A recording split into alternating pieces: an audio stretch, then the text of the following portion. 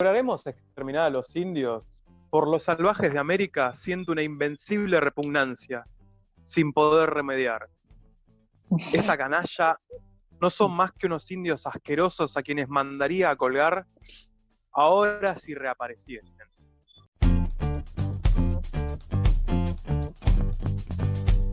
¿Quién dijo esta tan serena y bella frase? Qué fuerte, pero supongo que algún colonizador de satánico. No sé, de 1800, por ahí. Alguien bien argentino y se llama Domingo Faustino Sarmiento. Bien, buenísimo. No solo inventó Buenísimo, la escuela, sino que era también un asesino serial. Sí, Otro motivo por el cual no quererlo. Y era re pro ingleses. Mal. Y creía en la raza aria. Tal cual, exactamente. Y creía que fascista. los ingleses iban a ayudarnos mucho a crecer como país y todo. Así que para empezar a hablar de clasismo, me pareció una buena frase. Para ver de dónde está. ¿De dónde sale? ¿Cómo? No, sí, eso, dale, ojo.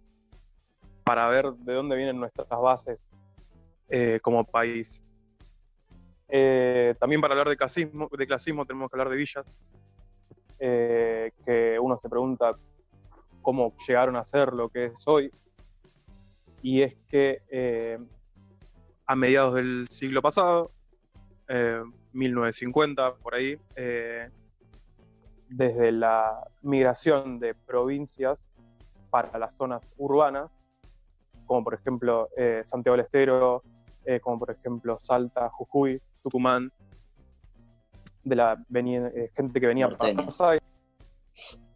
Sí, del centro del país también, empezaron a armar hogares precarios, donde podían empezar a desarrollarse, ya que donde estaban no tenían ningún tipo de acceso al Estado, que es básicamente a lo que trata de acercarse la gente, hospitales y educación. Y trabajo, obviamente. Público. Por supuesto. Ya hoy en día empezamos a hablar de clasismo de una forma moderna, que es la división de clases. ¿Sí? En la antigüedad era el clérigo, los reyes, los feudales y el proletariado. Los campesinos, los que trabajaban la tierra. Hoy en día es clase alta, clase media alta, clase media baja, clase baja y clase bajísima, que hoy en día existe.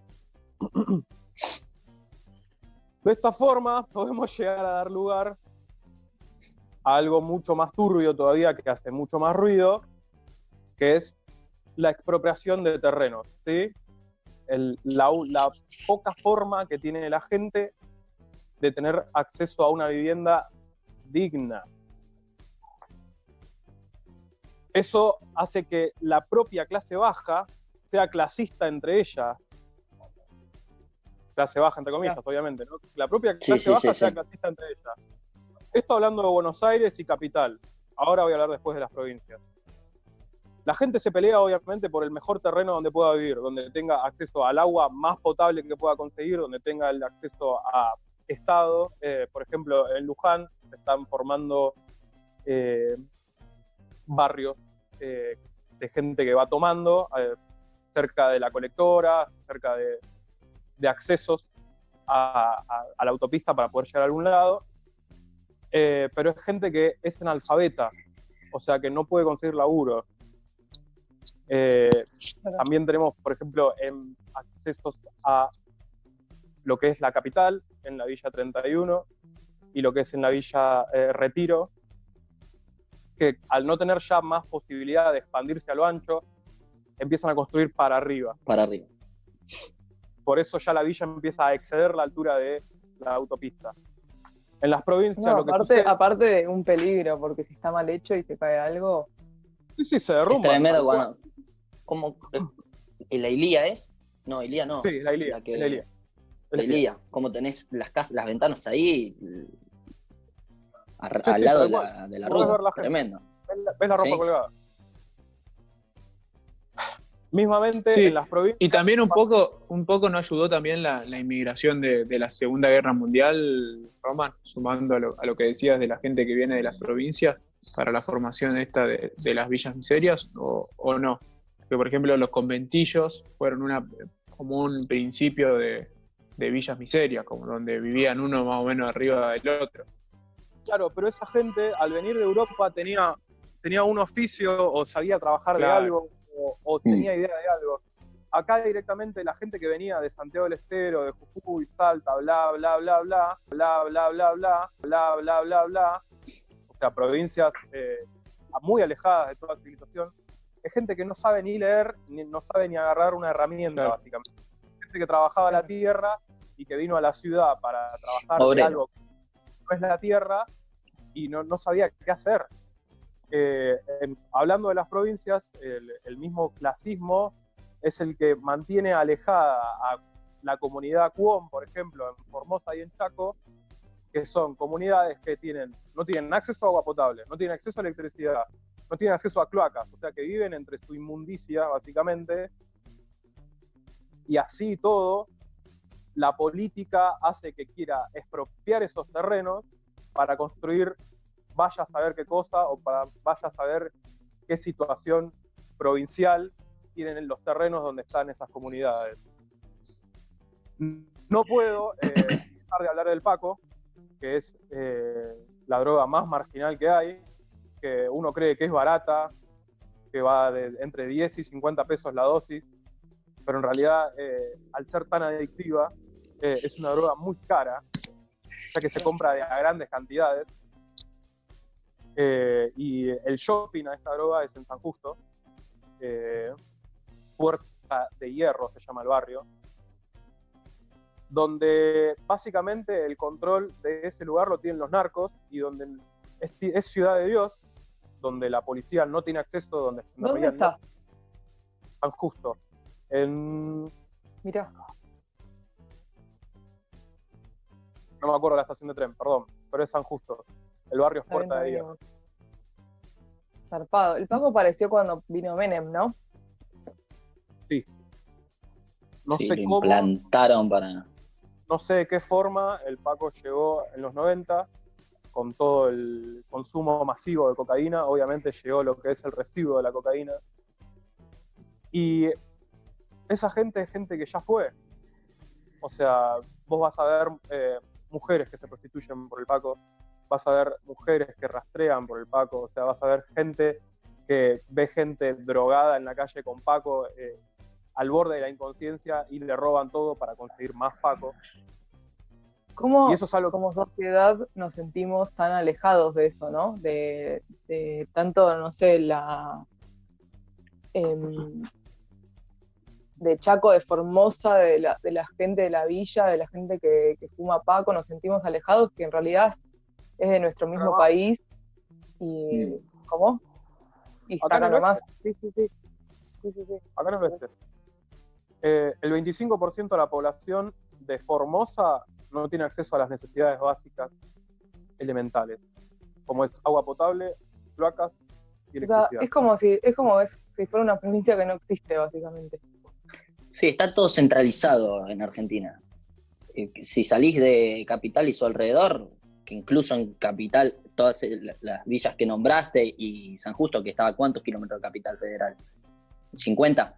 Menos. No, menos, mucho menos. 50 estamos nosotros. 50 estamos nosotros. Sí, bueno. Ya salís de eso y está todo... O sea, no es tierra de nadie. Sí. Está en la villa de Chacarita, en la villa Fraga, se habla mucho de que el control básicamente es de narcos. O sea, no Claro. hay acceso a la política. O sea, la gente que vende se encarga ahí de que la gente que vive en la villa tenga lo que necesita. Y entonces, El puntero.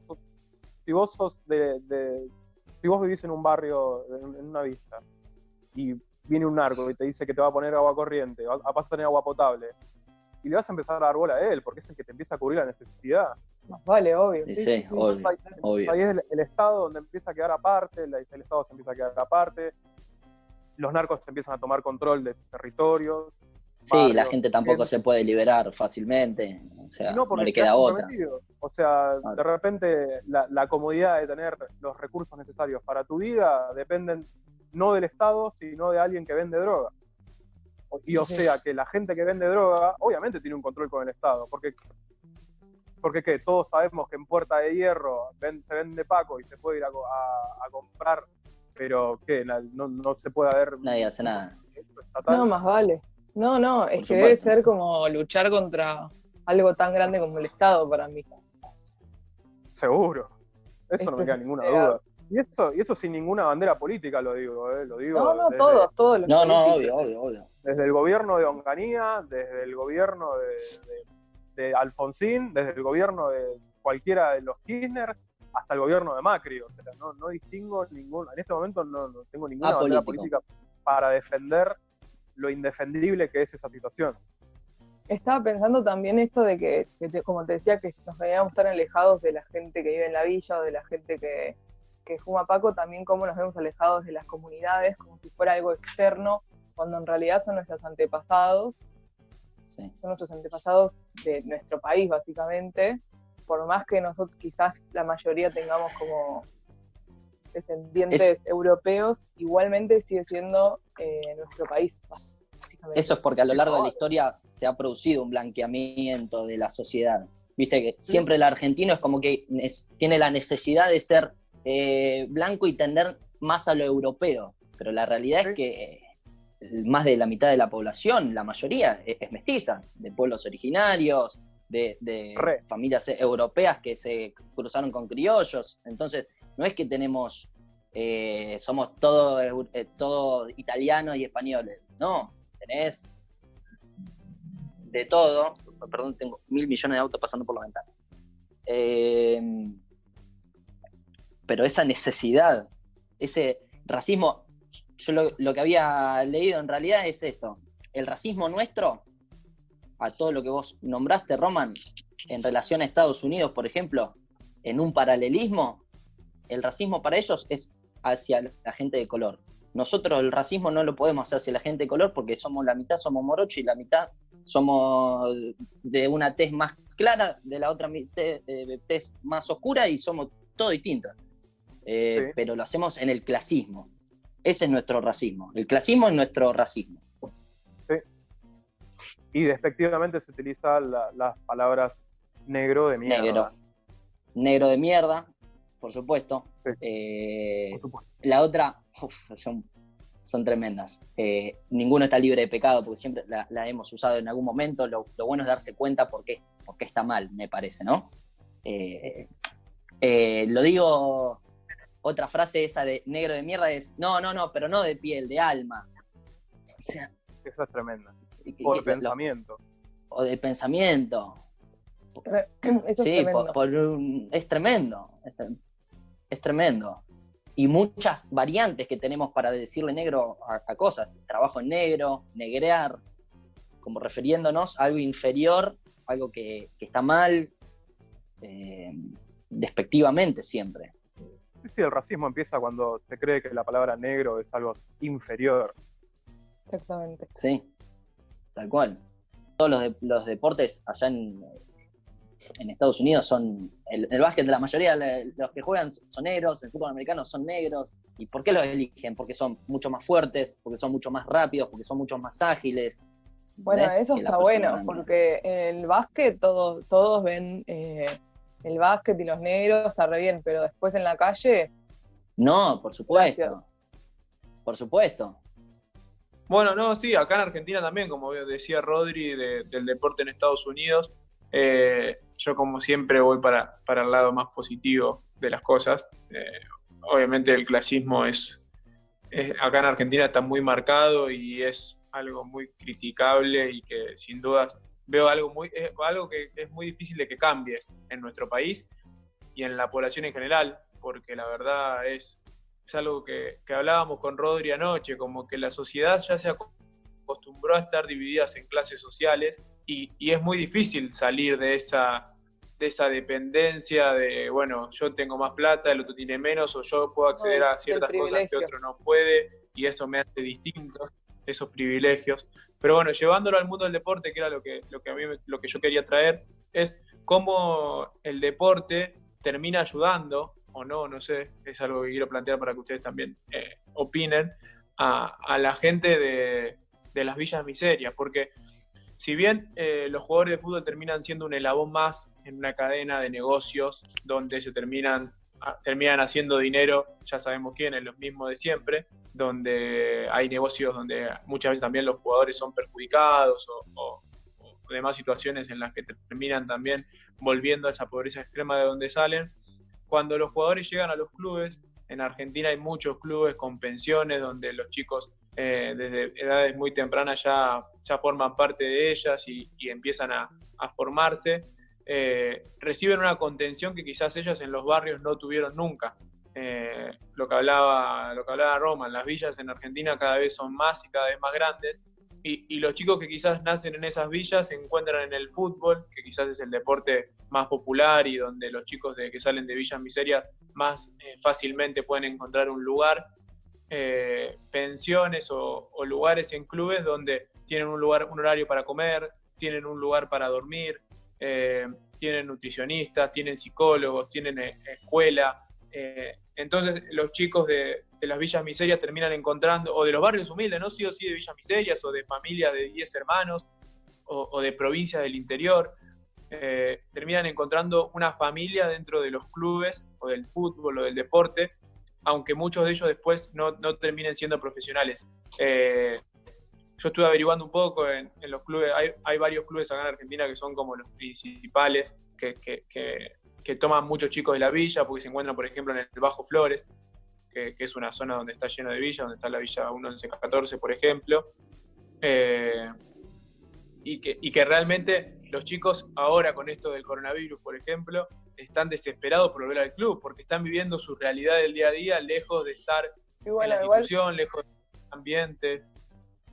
Eso es un re ejemplo igual, como que están viviendo lejos de la institución y en la realidad que tenían ellos de chicos, pero también es su realidad, y meterlos en una burbuja en donde le das de comer y los llevas a una escuela, pero no ves que hay como otras cosas alrededor. No sé tampoco si está tan bien, y aparte a costa de que terminan siendo como yo no digo que esté mal o que esté bien, sino que también, aparte de lo positivo, podés ver lo negativo, que es como que termina siendo un objeto del club. O sea, es como aprovecharse de alguien que no tiene recursos y no tiene educación para, básicamente, se apropian de la persona, básicamente. O sea, literalmente se apropian. Yo lo tengo como una vista negativa también en cuanto a lo del fútbol, porque está bien, ¿cuántos llegan a primera y pueden mantenerse del fútbol? Y todos los que quedaron en el camino, no los formás, y no los formás para nada. No los formás para que salgan a laburar de algo, o con una educación fuerte, que se pueda él buscar sus propios caminos, ¿entendés? El que terminó, que no llegó, no tiene muchas salidas. No, pero por ejemplo, por lo que decía, hay clubes que para los chicos tienen clases de arte, clases de teatro, clases de no sé, de distintas, de pintura, para que los chicos también se desarrollen un poco como personas y crezcan culturalmente, porque en los lugares donde ellos estaban, la gran mayoría ni siquiera sabía leer y escribir. Entonces, también te forman como persona. No sé si están así como decís vos. Y por ejemplo, en clubes como, por ejemplo, para nombrar los dos que quedan más cerca de estas villas miserias, por ejemplo, del 1114, que son San Lorenzo y Argentino, en sus planteles de primera división, siempre tienen un 30 o un 40% de chicos que vienen de barrios humildes o de barrios carenciados, que es un número altísimo. De 35 jugadores, un 30 o un 40%, realmente es un número alto, ¿no? No es que son casi 12 jugadores, 15. Pero te hago una consulta. El nene que los llevan y que le dan clases y que todo, y que aprenden a leer y a escribir, y después no triunfa, ¿qué hace? ¿Vuelve a la villa? ¿Y qué hace? ¿Cómo vuelve eso? de ver una realidad totalmente distinta a ver otra, ni siquiera es como tipo, No, es obvio, un extremo obvio, o el es otro, choqueante. ¿entendés? Por eso digo que es como que quizás... Sí, obvio. Sí, porque incluso es como que se sumerge en la depresión después, porque estás viviendo en una institución buena, en el que estás comiendo todos los días, en el que estás haciendo lo que te gusta y de repente te quedaste sin eso y te chocaste contra la realidad que tenías y tenés que salir de esa. Parece que es bastante duro el choque ahí de realidades. Sí.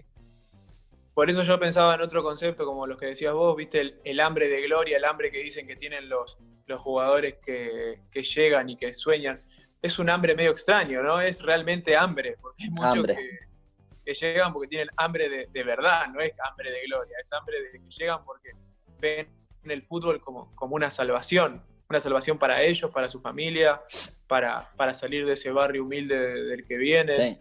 No es metafórico el hambre de gloria, en este caso es real, es hambre de verdad. Sí. Vos habías nombrado un par de jugadores, pero yo ahora que me los puse a pensar, siempre tuvieron apoyo de la familia, los que llegaron. Si te los pones a ver, a Carlos Tevez y a Agüero. ¡Qué obvio, boludo! Los padres lo acompañaban o los tíos siempre tenían gente alrededor que los apoyaba y los incentivaba a... ¿Qué pasó, Román? Mamá decía, te tentó y yo me tenté, boludo. Es que no sé si se murió alguien, porque hay un ruido. Más vale que se van a apoyar, porque también le deben pagar a la familia, boludo, les deben dar un montón de cosas. Claro, pero por eso te digo, si no tenés a alguien alrededor, tipo, te doy plata, pero me llevo a tu hijo, ¿entendés? Y le enseño esto. Y la familia dice, dale, no, sí, también qué bueno, porque qué bueno. Y después ¿cómo terminás? ¿Entendés? Yo también lo veo como que los mismos padres lo ven como una salvación. O sea, los mismos padres de los chicos ven como el futuro está ahí. Sí, casos como decíamos, Rodri, Maradona, Tevez, el Kun Agüero, en Brasil, por ejemplo, Dani Alves y Ronaldinho. Está lleno. Creo que si te pones a fijar en los jugadores que más triunfaron, salieron de barrios humildes. No es una casualidad, me parece. Algo hay de esa necesidad de salir, sobrevivir, de salvarte, que te lleva, de querer salir de esa clase social que te lleva a exigirte al máximo y terminar en el otro extremo. Y lo dijo Maravilla Martínez, boludo. Para ser deportista de élite, siempre en tu primera etapa de vida algo te tuvo que haber faltado. Mirá qué loco. Para tener esa necesidad de llegar a algún lado, algo te tuvo que haber faltado. Y lo veo muy sensato, honestamente. Y sí, porque salvo que seas un crack, como por ejemplo el caso más emblemático siempre que nombran es La Torre, que salió de un country, pero por las condiciones técnicas que tiene. Después tenés que tener algo un hambre, como hablábamos recién, algo que te lleve a esforzarse al máximo, a querer crecer, a querer salir de donde estás. Hablando de estos deportes más populares, ¿no? Porque ahora se me ocurrió hacer un paralelo con el tema que pasó en el verano en cuanto al rugby, deporte inglés, siempre de la clase alta. El problema que hubo el caso de Fernando, que los rugbyers lo mataron a palos por también un racismo, pibes de un estatus económico importante, de familias importantes en Zárate, mataron un pibe que era morocho de familia paraguaya. Eso es un buen tema, no solo por el caso en sí, que bueno, que fue muy, muy polémico y todo, sino también por la justicia, ¿no? Cómo también benefician a la gente que tiene más plata, o sea, que para vos, ¿no? Sí, por supuesto. Yo personalmente conozco casos. Dándote toda la razón. Es el ejemplo que le decía a los 4 el otro día. Pibe, de San Isidro millonario que sale del boliche a las 6 de la mañana en auto borracho, mata a alguien. Lo cubren, sale libre, ponen la guita. Pibe que sale a laburar a las 6 de la mañana y mata a alguien, va preso. Sí, iba a decir eso, que es tipo relatos salvajes. Como el padre que le dice como, ya está, ya me cansé. Entonces, el clasismo es tremendo. Si bien hay, como dice el negro, hay cosas que tratan de darle posibilidades o oportunidades a las personas por ahí de clases más humildes, tenemos una realidad, un sistema mundial que te lo prohíbe. O sea, la guerra de clases que decía Marx va a existir porque estás en un mundo capitalista que sin alguien que no tenga menos, otro no va a poder tener más.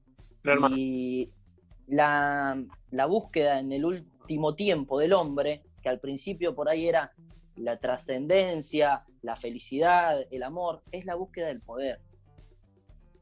Y necesita más poder y más poder. Para tener más poder, alguien tiene que tener menos. O laburar. Claro, pasa que, ¿sabés cuál es para mí cuál es? Hay un tema que es que quizás las clases sociales nunca se van a extinguir y siempre vamos a sufrir estas diferencias porque claramente es un tema capitalista y es muy difícil combatir el capitalismo quizás en muchos años y seguramente va a haber otra cosa que no sean clases, pero va a ser otra cosa. Pero el problema no es, o sea, sí es terrible lo de las clases sociales y la gente que básicamente se muere de hambre cuando otras personas tienen mucho, pero también es sentirse superior a eso, porque yo no es andá y cambia las cosas, pero no te sientas superior a alguien que tiene menos plata que vos. Yo creo que ahí también está el tema de cómo se siente uno, porque realmente cuando la gente dice negros de mierda o cuando la gente denigra a la gente de clase baja, es porque se siente superior. Y la verdad es que somos todos iguales, por más que tengas más plata o no tengas más plata. Obviamente, ¿cómo nos van a sentirte superior si frente a la justicia somos todos iguales cuando no es así? Tal cual. Sí, yo opino eso, que por el sistema que nos rige las clases van a existir, pero lo que no tiene que haber es ese sentimiento de superioridad. Sí. Me pasó. Ni hablar de la gente que dice, como que piensa que ahora te dejo hablar, Augusto.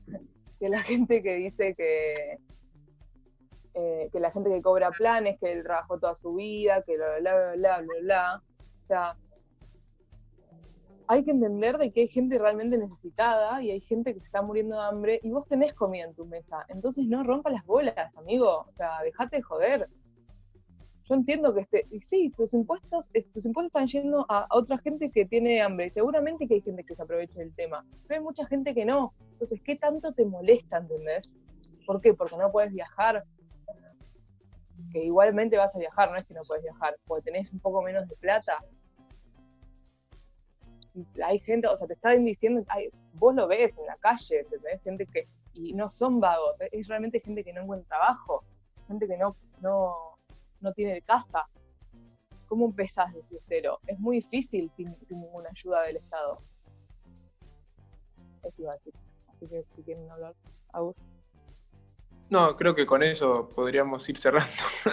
La verdad que está bueno ese mensaje como para cerrar, porque otro de los temas que nos quedaron en el tintero, que quizá lleven más tiempo y puede quedar para más adelante, ahí vi que Ezequiel, que el productor nos dice por cucaracha que quedan 2 minutos nada más, es el deporte como deporte social, esta nueva movida de utilizar el deporte social como emblema, no sé, de las campañas de concientización que hacen los clubes, y mismo, no solo los clubes, mismo el Estado, que genera jornadas de deporte para ayudar a tal lugar o de ayudar a tal otro lugar. Es un tema para analizar cómo se generó en el mundo del deporte esto de que el deporte sea para ayudar en lo social a las personas de menores clases sociales. Pero bueno, como decía, es un tema más para quizás plantearlo otro día y hablarlo más en profundidad, con un montón de campañas que hay que quizás puedo traer de otro programa y profundizarlo. Estaría bueno, sí, sí. Yo no sabía que había tanto movimiento, así que estaría bueno que lo hablemos otro día. Y bueno, Perfecto. nos vamos. Bueno, vamos. Sí, vámonos. Bueno, nos vamos. Nos vemos. ¿Cuándo nos vemos, Rodri? ¿Cuándo nos vemos? ¿El viernes? No se sabe. No sabemos. Bueno, nos vemos cuando nos vean. Chau, chau.